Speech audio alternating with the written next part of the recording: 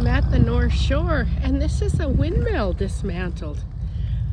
That's like the motor on a paddle. I wish I could give you some perspective of how big it is. I think those are 10-foot sections on the fence, so it's 40 feet long. And I'd say, I don't know, close to 20 feet high. And then there's a paddle. So that's pretty cool that it's laying down. I'll take a picture of that sign right there just to see. But if those are 10-foot sections, there's 10, 20, 30, 40, 50, 60, 70, 80, 90, 100, 110, 120, 130, it's about 140. It was actually 150 feet, it says on that poster. Oh my God, I didn't realize they were that big. So they have the most beautiful interpretive center up there, explaining all about the windmills. And yeah, you can go out because it's right on the tip of the province. So there's wind all the time. It's a great place for windmills. And then there's also a reef out in the water where you can go out. It's 30 feet for you landlords. Now, 30 feet of water may not seem too deep in which to search for something treasure, but only Neptune himself knows where it has drifted to beneath the reef's choppy and dangerous waters. As the story goes, more than 200 years ago, a French frigate transporting the gold to pay the garrison of Quebec was wrecked against the reef's treacherous rocks. Decades later, a former North Cape lighthouse keeper swore he had seen the chest in the depths from his fishing boat. But after gathering some of his mates to help hoist up the riches, he was unable to find it again. Another fisher boldly claimed he had brought the steel chest laden with gold up to the surface. It became entangled in his lines, and as the chest sank back into the depths, fortune and fame slipped through his grasping fingers. Maybe the gold and other riches in this French treasure still remain out there, waiting for you to lift it from its briny grave. The crisp sting of a northeast autumn wind upon your face, warning of an impending storm. Look to the angry waters of Northumberland Strait for a phantom ship engulfed in fire. For more than 200 years, the sight of flames rising from the decks and up the masts and rigging of this mysterious, legendary vessel has haunted many who have lived along the strait. They swear they've seen. This is the inside of a turbine. It's called a nacelle. Yeah, so it's just life size. It's like, I don't know, 10 feet around. Pretty cool.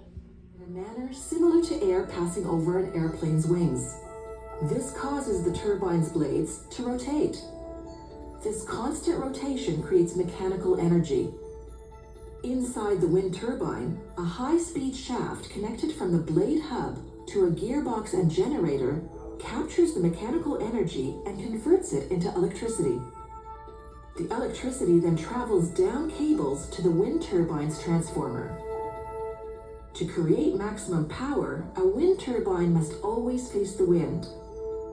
But the funny thing about wind direction is, it's constantly changing.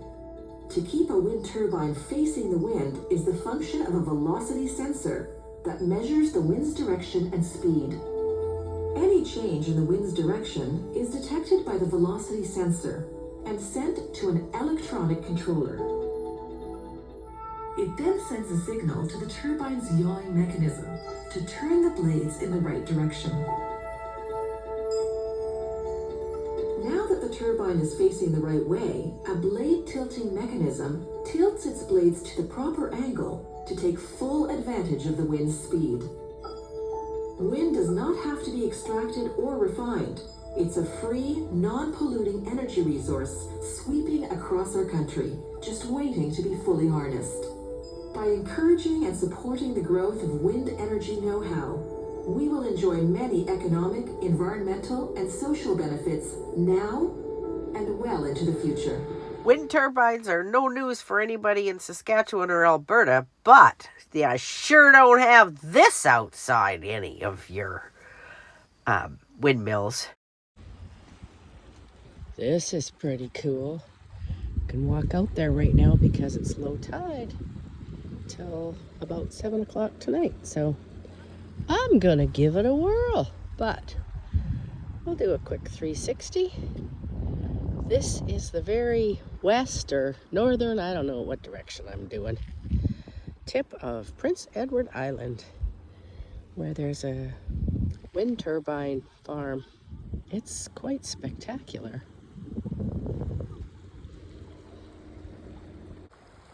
Hello, buddy. He's hurt. His wing is but bleeding. And he is maybe 12 feet in front of me. Poor guy. And they did have somebody come and rescue that bird. Just so you know. So this is the North Reef. I am sure gonna regret having these sandals on. I thought it was just an interpretive center. But this reef is only accessible when the tide is out, and it is out right now. So I just jumped all over it. Some beautiful cliffs over there. And it's quite a little hike back to the interpretive center. This is quite worth the trip. Wow. And lots of beautiful cliffs over that way too. Oh my God. PEI is quite spectacular.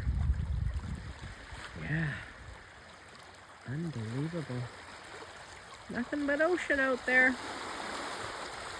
Back to my rock. Feeble attempt at taking a time-lapse picture and selfies. I give up.